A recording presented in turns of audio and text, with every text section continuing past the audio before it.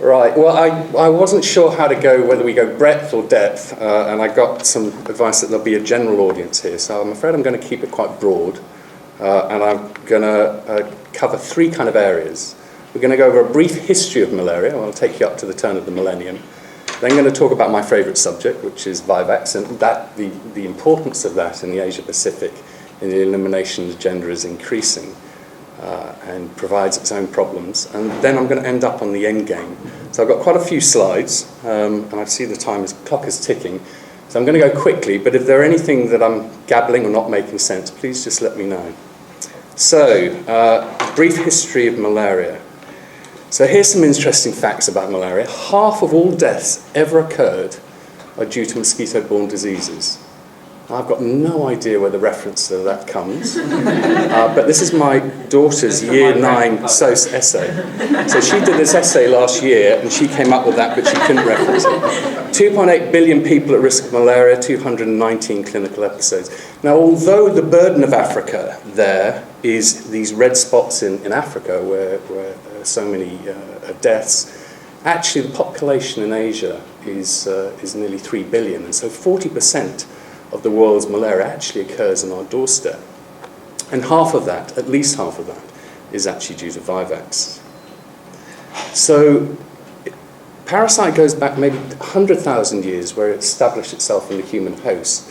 And those of you who came to Lorne heard Beatrice Hahn's story, and perhaps it was even earlier than that, maybe 10,000 years ago. There was certainly a population clonal expansion, a parasite diversity, about 10,000 years ago, and that corresponds with the time that humans became sedentary and actually grouped round in urbanization or areas where the mosquitoes sort of got close proximity.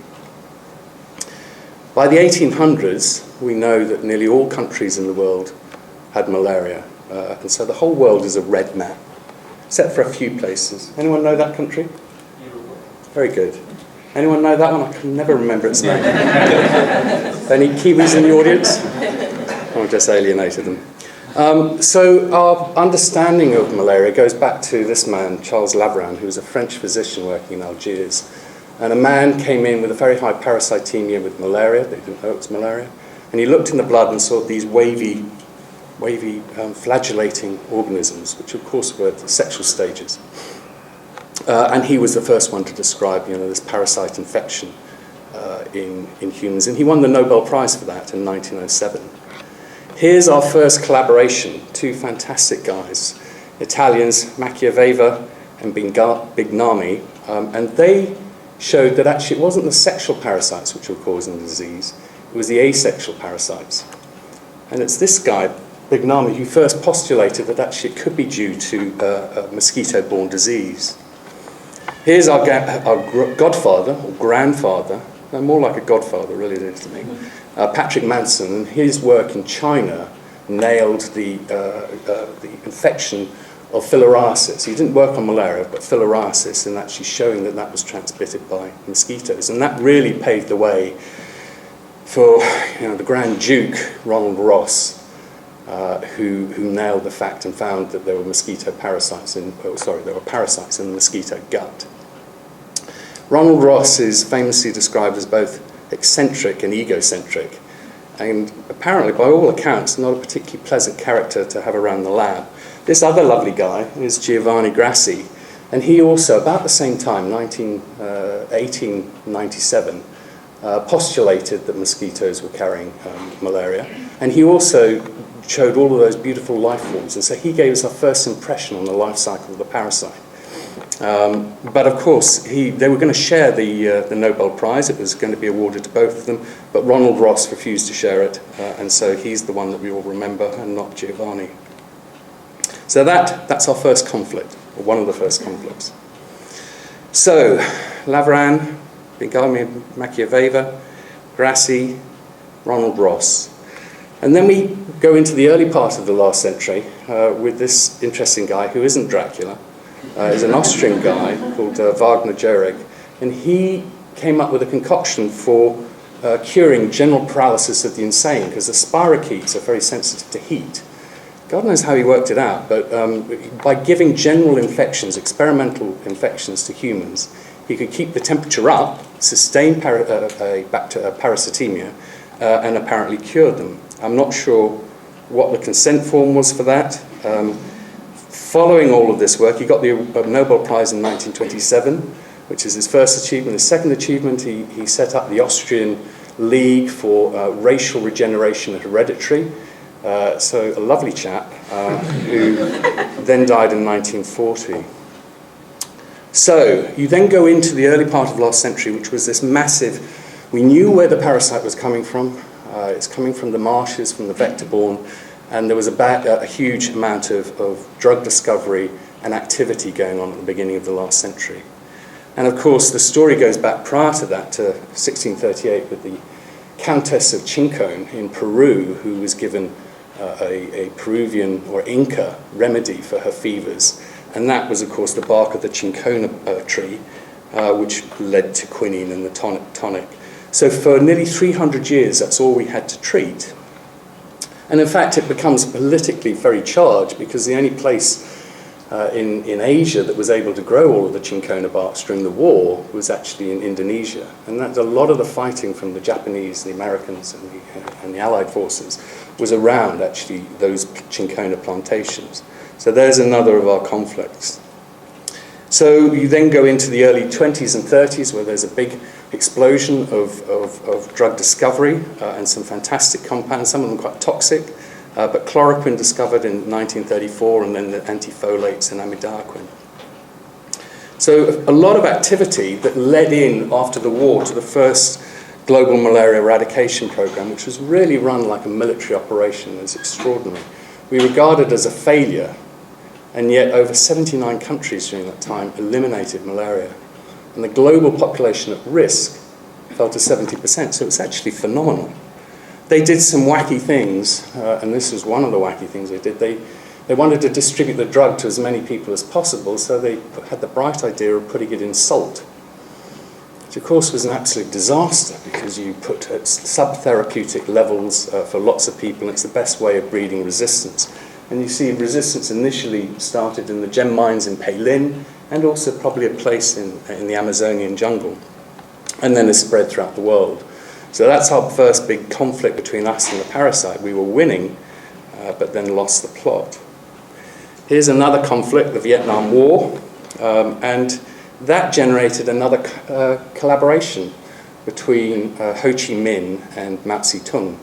The Vietnamese soldiers were being killed off by malaria, and they had to have a way of treating that, and Mao Zedong initiated Project 523, which the Chinese scientists went back through all of the old literature, including this manuscript from the Ming Dynasty for agues and fevers and hemorrhoids, and they went back and looked for active compounds which had activity against malaria.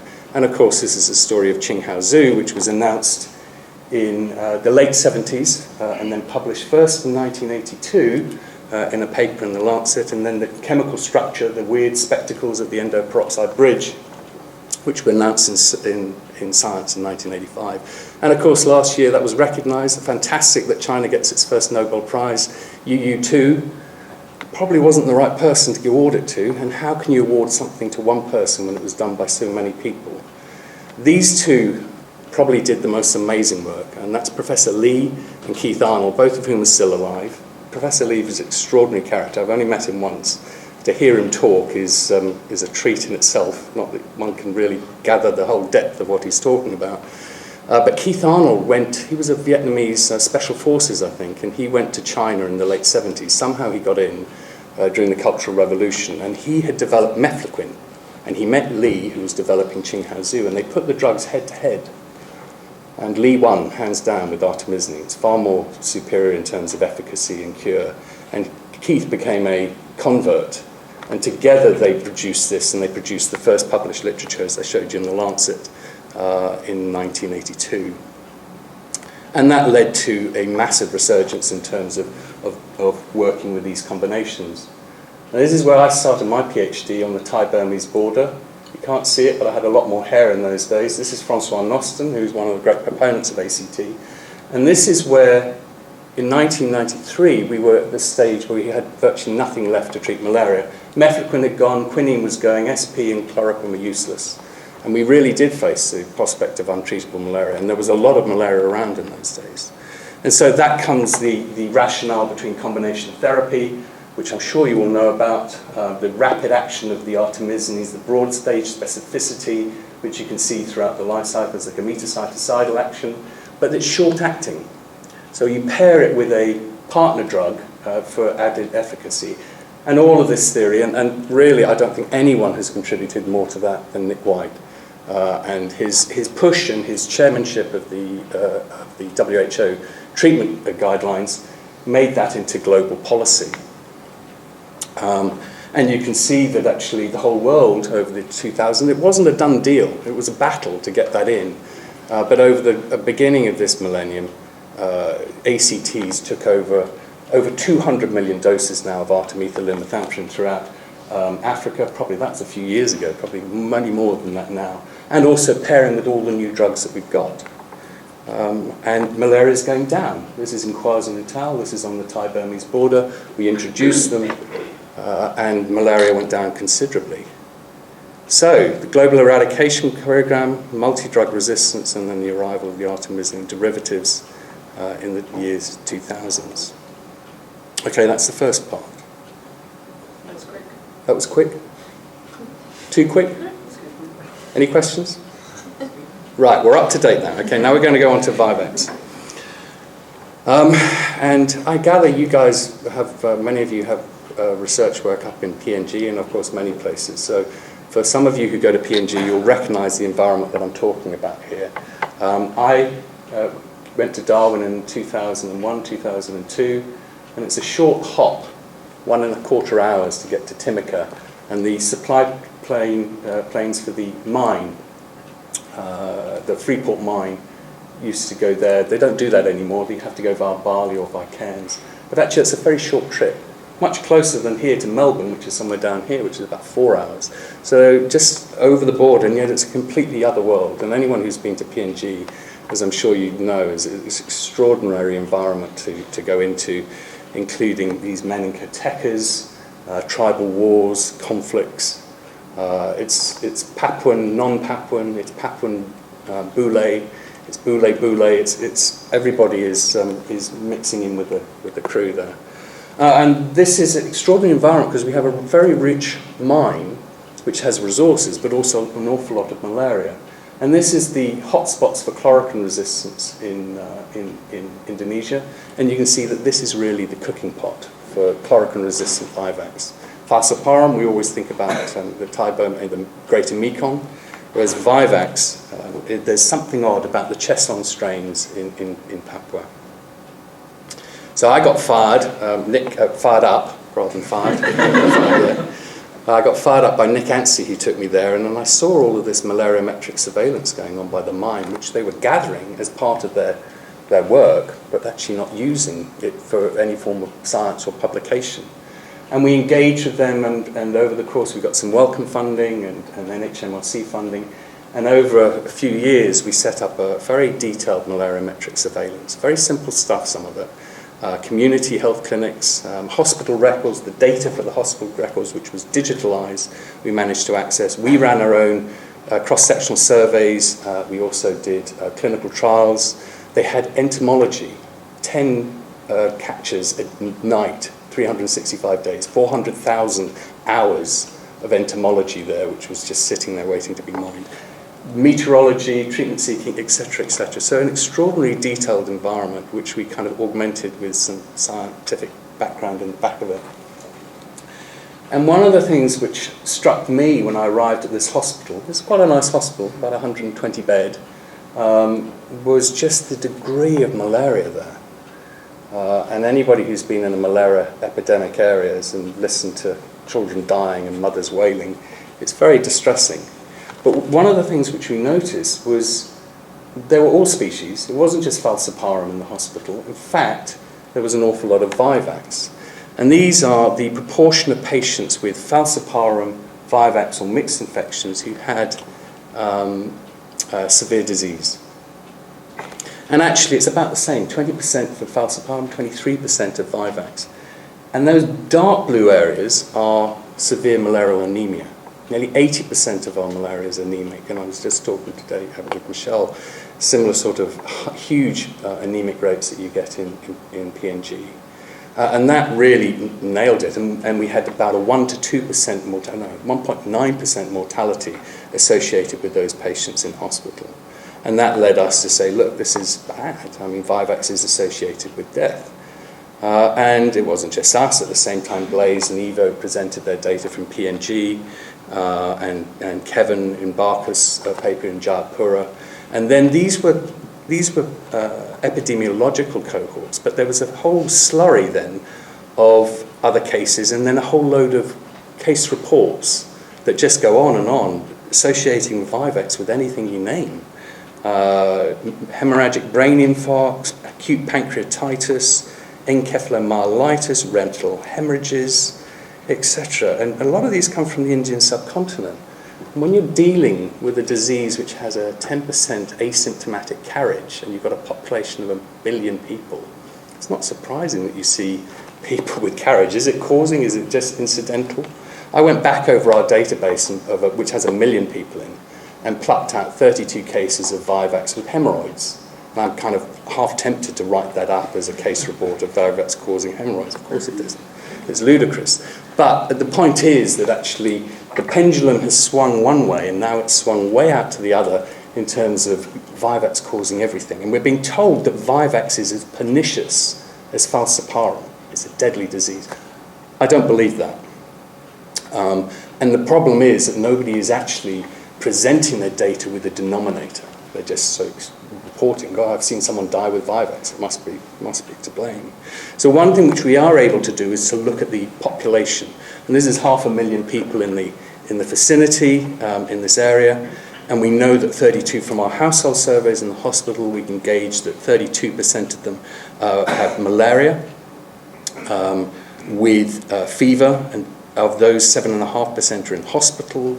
23%, as I showed you, have severe malaria, and 8.8% of those have deaths. Look how the proportions here, these are the proportions. So equal numbers in the community, but as you go towards the death part, clearly falciparum is accounting for far more deaths than Vivax. But we can put a denominator on, probably Vivax, in terms of infections causing about 1 in 4,000 deaths, falciparum about 1 in 1,700. So don't let anybody tell you Vivax is as pernicious as falciparum. It's not. I believe, and I argue blindly, and if you come to the meeting in Brisbane later in the year, we're going to have an argument over this, because we always do. I believe that the predominant morbidity and mortality of Vivax is actually related to its propensity to recur in poorly resourced communities. Why does it recur? Well, of course it recurs because of the relapse, the liver stage coming back. You treat falciparum properly, it doesn't come back. You treat Vivax just with blood stages, and every 21 days you're going to get a relapsing infection. And you also get it because of drug resistance, or you get it because poor drugs or poor adherence, you just don't take your drugs. Whatever it is, having a chronic parasitemia is really not good for you. And of course this varies very, very much. Brazil and Indonesia have very high relapse, so this is the risk of relapse after 1 year. India, about 20%, Korea, maybe 10%, and they occur late. So therefore, your propensity to recur is very much dependent upon your geographical location. If you are in places equatorial where you get one every 21 days, you don't have enough chance to recover. You get hematopoietic suppression, you get hemolysis, you get an acute episode that just accumulates. And we published this lovely work by my PhD student, ex-PhD student, Nick Douglas, these fractional polynomial curves showing the hemoglobin on the x-axis and the age here, and a dip, and you can see particularly in children that there is anemia. 40% of people with hemoglobins under 10, 20% under 7. I mean, it's staggering. And as it drops down, we see people with hemoglobins of 1 or 2. And what we were able to do is actually draw a mortality figure showing the risk of mortality as your hemoglobin decreases. And as you go under 7, which is probably around the time where we would transfuse in Australia, and down to 5 or beyond, your mortality rises. Now, in an acute hemolysis, such as falciparum or a hemorrhage from a road accident, you die acutely from that. But from a chronic, you might actually put yourself in a position where you're walking down the road with a hemoglobin slowly reaching 4. Then you get a chest infection or a diarrheal illness, and you drop off your perch. So you get a direct mortality and an indirect mortality, and often we grossly underestimate that indirect mortality. So now this is unpublished, and this is something, if I wasn't going to meetings or talking, I'd actually get down and write this up, so hopefully this year. But now what we can do is look at the mortality, acute mortality, in a very large group of people. So this is over 1 million people coming into the hospital. These are beautiful J-shaped curves, age on the x-axis and mortality on the y-axis within 14 days. And you can see, yes, if you're a kid and you get malaria, you come in, you're likely to die at pretty high rates, 30, 40%, right down here in neonatal life. And then again, at the elderly, and I'm afraid the elderly counts as those who are over 50, and I've gone past that yet, so I'm now elderly. I won't ask Brendan how old he is. But here, much younger. Here you can see that actually the mortality is significantly greater with falciparum than Vivax. Vivax is the lower line. That's risk of admission. I do apologise. That's risk of admission. There's your risk of death. So risk of admission, you get 40%. You're much more likely to come into hospital. In other words, you'd be quite bad. But you also have it for the risk of death. And again, the mortality rises very much in the first year of life. You don't normally get malaria very early, until about 6 to 12 months. But when you do, clearly you get a greater degree of a risk of death. That's early mortality. And the really interesting thing is late mortality is very different. This is looking, in the hospital system, we can trigger when people come back in, and so we can work whether they come back in or whether they come in and die. And about 80% of people, when they die, they do so in the hospital, so we can link up this epidemiologically. Now this is if you come in the hospital with malaria, and you don't die immediately, you get out of the hospital alive, how many of you are going to die in the next year? And this is dependent upon you're starting with PF, with mix or Vivax. And the really interesting thing is that if you get out of hospital alive, you're much more likely to die in the coming year if you initially had Vivax than if you had falciparum, which is a bit counterintuitive. Now that could be that Vivax is more in infants, and so we're seeing some just demographic thing here. Actually, even after you control for that, you're much more likely to die. Now if you look at the risk of the incidence, so those people, the top line is the cumulative risk of death in people who come in with a greater incidence, so incidence of more than 6 per year, so that's 3 in a few months, rather than people who don't have many at all. So in other words, my interpretation of this is actually it's the incidence which is associated with death. In other words, these kids are getting 1 episode, 2 episodes, 3 episodes, 4, and then they're having another event. Only 50% of these die with malaria. They die with pneumonia and other things. So it's the indirect, and this would be lovely to get out, and we're going to try and get that out in the next 12 months. But here's a little soundbite for you. That's my take on it, that falciparum kills you quickly, whereas Vivax is a much more evolved species. It doesn't want to kill you. It wants to live with you and propagate through you. But actually, if you're in that situation, and you're poorly resourced, you have anemia, iron deficiency anemia, you have worms, you have other things, and poor access to healthcare, Vivax will kill you slowly.